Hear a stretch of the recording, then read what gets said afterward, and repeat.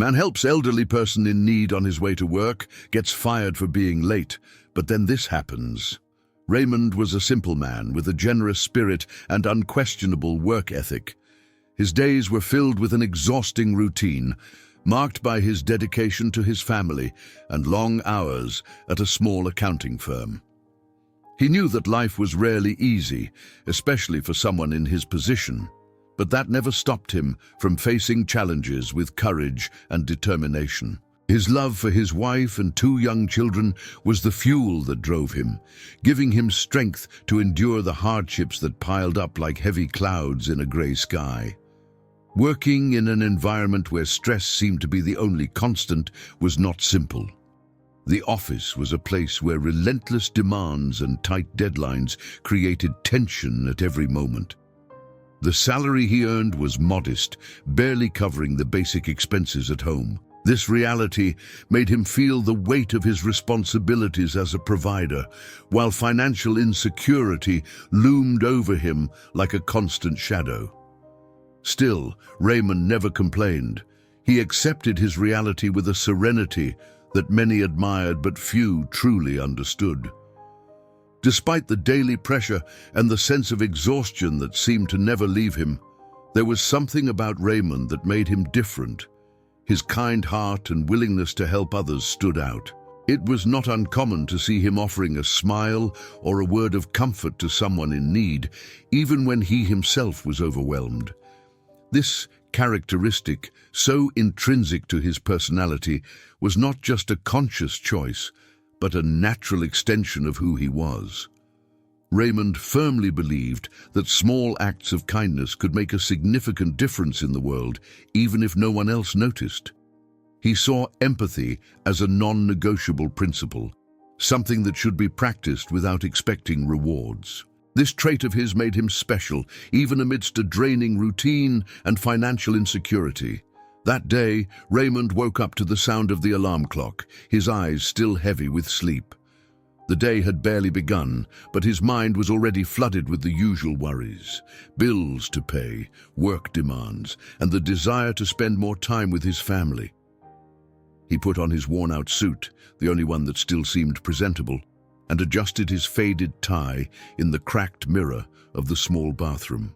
Despite the wear on his clothes and the challenges he faced, Raymond always made a point of looking sharp.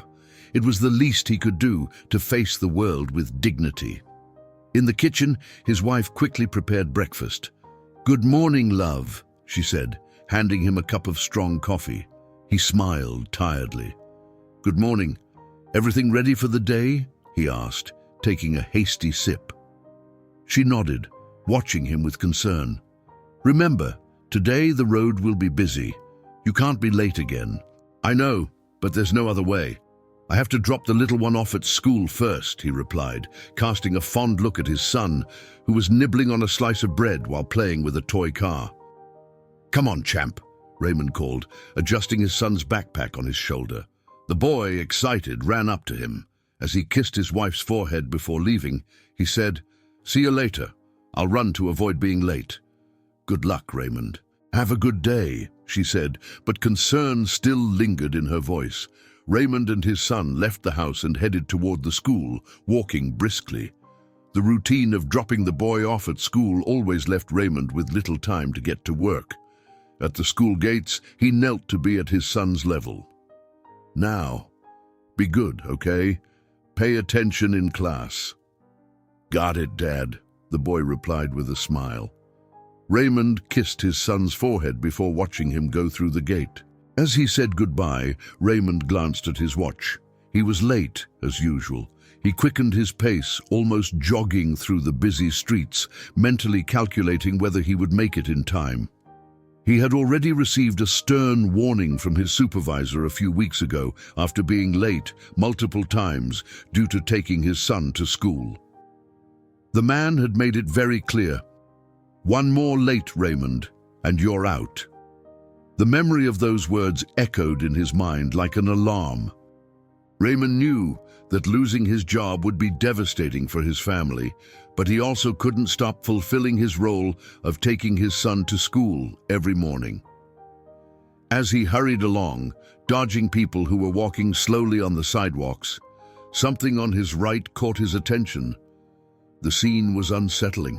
An elderly man was sitting on the ground by the sidewalk, his face contorted in pain. Around him, coins were scattered, and a turned-over bag left fruits and vegetables rolling on the asphalt. Raymond stopped, even if only for a brief moment, and watched. It was clear that the man had tripped or lost his balance, but what shocked him most was the indifference of the people around. Passers-by hurried by, sidestepping the elderly man without even glancing at him, lost in their own worlds. Raymond's heart tightened. He looked at his watch again. If he stopped to help, being late was inevitable. His mind froze in a dilemma. What should he do? His conscience told him he couldn't walk away and ignore the elderly man. That was against everything he believed in. But at the same time, he knew what it might cost him. He took a deep breath, closed his eyes for a moment, and made his decision. "Excuse me, sir, are you okay?" Raymond asked, crouching next to the elderly man. The man slowly lifted his eyes, looking dazed. "Ah, my boy, I'm not sure what happened. I think I tripped. I'm just a bit dizzy, that's all." "Let me help you," Raymond said, already starting to pick up the coins scattered on the ground. He picked up the man's cane, which had fallen a little further ahead, and handed it to him. "Did you hurt yourself? Can you get up?" "No, I'm not hurt, thank God," the man replied, grasping the cane with trembling hands. "I'm just a bit shaken up. My name is George." Raymond extended his hand, helping the elderly man to his feet. "Nice to meet you, George. I'm Raymond. Do you need anything? Do you live nearby?" "Yes, I live on the next street. I was coming back from the market when this happened," George said, looking at the fruits and vegetables Raymond was already collecting from the ground. "You didn't have to do this, my young man. People today don't have time to help anyone." Raymond smiled, still crouched, as he put the fruits back in the bag. "There's always time to help. I just hope you're okay. I couldn't leave someone lying there and just walk away." George sighed. "You're a good man, Raymond. It's rare to see someone stop to help these days. God bless you." Raymond finished picking up the coins and handed them to George. "There you go, all set. Are you sure you can get home on your own? I can walk with you if you need." "Don't worry about me, son. You've helped me more than I could have hoped. I'm fine now," George said, holding the cane firmly and adjusting the bag in his arms. Raymond checked his watch again and felt his heart race. "I have to go now, but I'm glad I could help. Take care, George, and have a good day." "Thank you, Raymond. Thank you very much," George said, raising his hand in farewell as Raymond hurried off. After helping George and quickly saying goodbye, Raymond started running. His legs moved urgently, but the weight of his emotions did not allow him peace. He glanced at his watch while trying to control his breathing. He was very late. Each step felt like a fight against time, and sweat streamed down his face as he cut through the busy streets. He dodged people, went up and down small steps on the sidewalks, almost stumbling at times. His heart hammered in his chest, more from anxiety than physical effort. When he finally spotted the office building, he slowed down, trying to compose himself before entering. He wiped his forehead to dry the sweat and adjusted his already disheveled tie. He took a deep breath, pushed open the glass door with force, and stepped inside. The reception area was, as usual, full of activity, but Raymond felt all eyes on him. His co-workers, scattered around the desks, noticed his late arrival. Some exchanged whispers. Others quickly looked away, perhaps uncomfortable with the situation. Raymond lowered his head and walked quickly down the hall to his desk. His intention was to sit, arrange the papers, and pretend that nothing had happened, at least until the dust settled. As he walked, he could feel his shirt sticking to his back and his face still flushed from the effort. He was just a few steps from his chair when he heard the stern voice of his supervisor echo through the office, calling his name. "Raymond, come to my office, now!" The sharp tone made everyone in the room look up at him. Raymond froze for a moment, feeling his legs grow heavy. He knew that this moment was inevitable, but that didn't make the situation any less terrifying. Resigned, he set his briefcase down on his desk and, with slow steps, walked toward the supervisor's office, feeling every eye on him like a sentence. The sharp tone made Raymond's heart race. He swallowed hard, left his belongings behind, and slowly walked to the supervisor's office. When he entered, he found the man behind an impeccably organized desk, arms crossed, with an expression that left no room for doubt. He was not willing to listen to excuses. "Good morning, sir," Raymond said, trying to maintain composure, though he knew that the lateness had sealed his fate. "Good morning. Don't give me that, Raymond," the supervisor said, leaning forward in his leather chair. The stern expression on his face seemed carved in stone. "I was clear last time. Crystal clear. One more late arrival would be enough for us to take action, and here you are, late again." Raymond took a deep breath, trying to find the right words. "I know, sir, but please, listen to me. Something happened on the way," he said, his voice trembling. "I had to help someone. An elderly man fell in the street. He was disoriented, and no one stopped to help him. I couldn't just ignore it." The supervisor shook his head, rubbing his temples with visible impatience. "Raymond, I've heard it all. There's always something, right? There's always a ready excuse. But do you think I can keep an employee who places these distractions above the company's needs? This is a business, not a charity." "It wasn't a distraction, sir," Raymond insisted, his voice now firmer, though still tinged with desperation. "He could have been hurt. It wasn't right to leave him there. Wouldn't you have done the same? If you saw someone in need of help, wouldn't you have stopped?" The supervisor raised an eyebrow, surprised by the question. He leaned forward even further, resting his elbows on the desk. "What I would or wouldn't do isn't the point here, Raymond.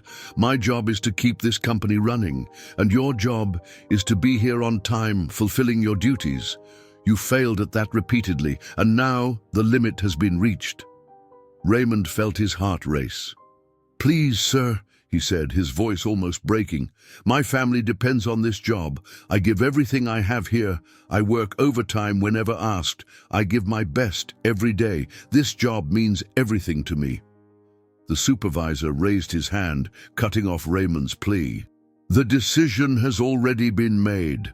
This isn't personal, but I need to think about what's best for the team and the company. You're dismissed. Please drop off your things at reception." For a moment, Raymond stood still, the words echoing in his mind like a distant bell. He tried one last time, his voice weak. "Sir, I'm just asking for one more chance." The supervisor shook his head slowly, his expression now filled with almost professional coldness. "Good luck, Raymond. That's all I have to say." Without another word, Raymond stood up, his throat tight. He left the room with slow steps, feeling the weight of all his co-workers' gazes following him. He picked up his things silently, ignoring the whispers around him, and left the building. Outside, the air felt heavier than ever. Raymond looked up at the cloudy sky, trying to shake off the knot that tightened in his chest. But with every step, the feeling of failure seemed to grow. He knew that when he got home, he would have to face an even harder task, explaining to his wife what had happened. More than that, he needed to confront his own doubts about how he would support his family moving forward. As he opened the door to his house, he was greeted by the muffled sound of a pot bubbling on the stove. His wife appeared in the living room, with an expression of surprise that quickly shifted to concern. "You're home so early. Did something happen?" Raymond closed the door carefully and sighed deeply, sitting on the sofa with his shoulders slumped. He rubbed his face before finally responding. "I got fired." She stopped where she was, her hands gripping the dish towel she held. "Fired? What do you mean? What happened, Raymond?" He told her everything, from the lateness that morning to the reason behind it. He spoke about the elderly man on the sidewalk, how he couldn't ignore the situation, and the cold stares from the supervisor while he explained. The words came out heavy, each carrying the weight of shame and frustration. When he finished, the silence in the room seemed deafening. After a few moments, his wife moved closer and sat beside him. "You did the right thing, Raymond," she said, her voice soft but firm. "I know you're blaming yourself, but you couldn't leave someone in need of help. That's not who you are." "And now," he asked, his eyes brimming with tears, "how will I support our family? How will we pay the bills?" "We'll figure it out," she answered, placing her hand on his shoulder. "This isn't the end of the world, Raymond. We'll face this together." In the days that followed, Raymond plunged into a frantic job search. He walked for hours, handing out resumes and filling out applications at every company he could find. He visited job agencies, waited in endless lines, and even reached out to old colleagues for referrals. But the responses were always the same: no openings available. Meanwhile, the bills piled up on the table, overdue reminders cruelly reflecting his situation. One day, when it seemed like all doors had closed, the phone rang. Raymond, who was sitting at the table reviewing job ads in the newspaper, answered with a mix of anxiety and exhaustion. "Hello?" "Good morning," said a polite, confident female voice. "Am I speaking with Mr. Raymond?" "Yes, this is him," he replied hesitantly. "Who am I speaking with?" "My name is Michelle," the woman said. "I'm reaching out because we've received excellent recommendations about you. We'd like to know if you're available for a position at our company." Raymond fell silent for a moment, confused. "Recommendations? Who recommended me?" "Unfortunately, I can't share all the details right now," Michelle replied, "but I can assure you that they're reliable sources. From what we've heard, you're a dedicated and responsible professional. We're interested in meeting you. Would you be available for an interview tomorrow?" "Of course, yes, I'm available," he said, his voice filled with relief. "Where should I go?" Michelle provided the details of the location, assuring him he would be greeted by the recruitment team. "Thank you, Mr. Raymond. We look forward to meeting you." When he hung up, Raymond stood still for a few seconds, trying to process what had just happened. For the first time in weeks, he felt a spark of hope warming his chest. He looked at the phone in his hands, as if expecting it to be a prank, but it wasn't. Tomorrow could be the beginning of a new opportunity. "Who was on the phone?" his wife asked, noticing his stunned expression as she emerged from the kitchen. Raymond lifted his gaze, still in disbelief. "It was a woman named Michelle. She said she heard about me through recommendations and that they want to interview me for a position tomorrow." "Recommendations?" She raised her eyebrows, visibly surprised, but quickly smiled. "Raymond, that's amazing! Finally, some good news." "Yes, but—" He hesitated, sitting back down on the sofa and frowning. "I don't know who could have recommended me." "Maybe someone from an old job," she suggested, placing her hand on his shoulder. "It doesn't matter who it was, Raymond. What matters is that you have a chance now, and you're going to show them how good you are." Raymond smiled, allowing himself to relax a little. "You're right. It doesn't matter how this happened. I just need to seize this opportunity and make it work." She squeezed his hand firmly. "And you will, Raymond. I know you will." For a brief moment, the shadow of hardship seemed less dense. There was hope, and that was all Raymond needed to keep going. The next morning, Raymond woke up earlier than usual. Despite a restless night filled with anxiety, he felt both excited and nervous in equal measure. He put on his best suit, the simple one that, despite its constant use, he kept immaculate. He adjusted his tie in front of the mirror, making sure he looked presentable. After a quick sip of coffee, he called for his wife. "I'm heading out," he said with an uncertain smile. "I don't know what to expect, but I'll do my best." She held his hands firmly. "You'll make it, Raymond. Believe in yourself. You're hardworking, honest, and dedicated. If anyone deserves this opportunity, it's you." He nodded, trying to absorb the confidence she radiated. After a quick kiss on her forehead, he left. With his heart racing, Raymond headed to the address given on the phone. When he arrived, he was impressed by the size of the building. It was a modern structure with large glass windows reflecting the morning sunlight. He took a deep breath before entering, trying to calm his nerves. At the reception, a woman with a professional smile looked at him. "Good morning. How can I help you?" "Good morning," Raymond replied, adjusting his tie. "I spoke with Michelle yesterday. I have an interview scheduled." "Oh, of course, Mr. Raymond," the receptionist said, checking a list on her computer. "Please follow me." She led him down a spacious, well-lit hallway. They reached an elegant room with a large table and comfortable chairs. "Please have a seat," the receptionist said. "The person in charge of the interview will be here shortly." "Thank you," Raymond replied, settling into the chair. He tried to distract himself by observing the details of the environment. The room was organized with a decor that exuded professionalism. Still, anxiety grew with each passing second. He adjusted his tie again, ran his hands through his hair, and took a deep breath. The door behind him opened, and the sound made Raymond's heart race. He turned slowly, each second feeling longer than the last. The tension in his chest increased, and he clasped his hands in his lap, trying to hold back his anxiety. When he finally saw who entered the room, his jaw dropped. "George?" he said, incredulously, quickly getting to his feet. The elderly man he had helped days earlier walked into the room with a warm smile on his face, leaning slightly on his cane. He wore an impeccable suit that perfectly matched his confident posture, a stark contrast to the helpless figure Raymond had found that morning on the sidewalk. "Raymond!" George said, spreading his arms like he was greeting an old friend. "What a joy to see you again." Still stunned, Raymond extended his hand to shake his, but George ignored the gesture and pulled him into a brief, friendly hug. The surprise on Raymond's face was evident. "You... I had no idea that..." Raymond stammered, still trying to understand what was happening.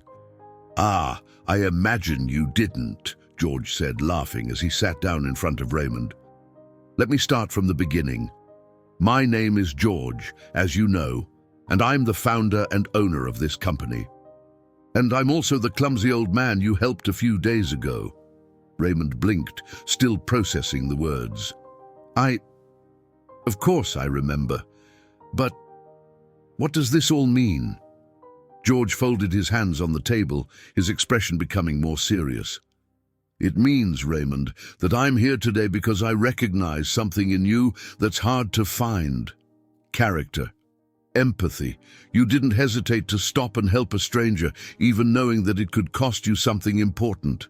That kind of integrity is rare, and I want people like you on my team." Raymond felt his face flush. "I didn't do anything special, Mr. George. I just did what I thought was right."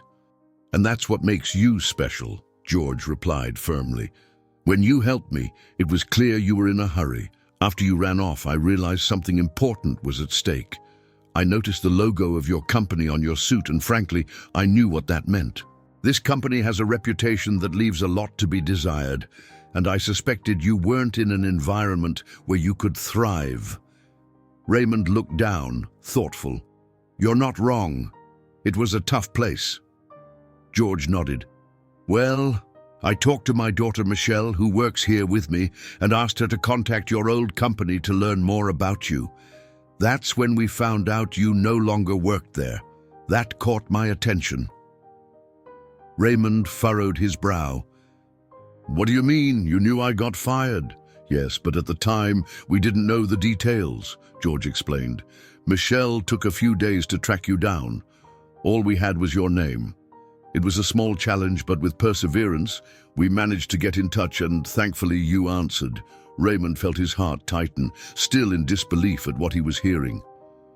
"So you looked for me because you thought I could work here?" "Exactly," George replied, smiling. I knew I needed someone like you on my team, someone who thinks about others and acts with courage, even in difficult situations. Raymond took a deep breath, trying to organize his thoughts. But, Mr. George, why go through all this? Why go so far for someone you hardly know? George leaned slightly forward, his voice firm but gentle. Because I believe in giving opportunities to those who deserve them. You didn't hesitate to help a stranger, even at risk. That deeply impressed me, and I knew at that moment that I wanted someone like you working by my side. Raymond remained silent for a few moments, processing everything. When he finally spoke, his voice was choked with emotion. I don't even know what to say. I'm so grateful. George smiled. Just say that you accept the offer. I want you to start as soon as possible. This is more than just a job, Raymond. It's an opportunity for growth, and I'm sure you'll do an excellent job. Raymond beamed, his eyes welling up with tears. I accept. With all my heart, I accept. The two of them shook hands again, the gesture full of mutual respect. George stood up and placed his hand on Raymond's shoulder. Welcome to our family, Raymond. We'll do great things together. As he left the building that day, Raymond felt a lightness he hadn't experienced in weeks. The sun seemed to shine brighter, and the weight he had carried on his shoulders was finally lifted. He held in his hands the temporary badge George had given him, a tangible symbol of a promising future beginning to unfold. When he got home, his wife immediately noticed the sparkle in his eyes. How did the interview go? She asked anxiously. Raymond smiled, unable to contain his emotion. I got the job.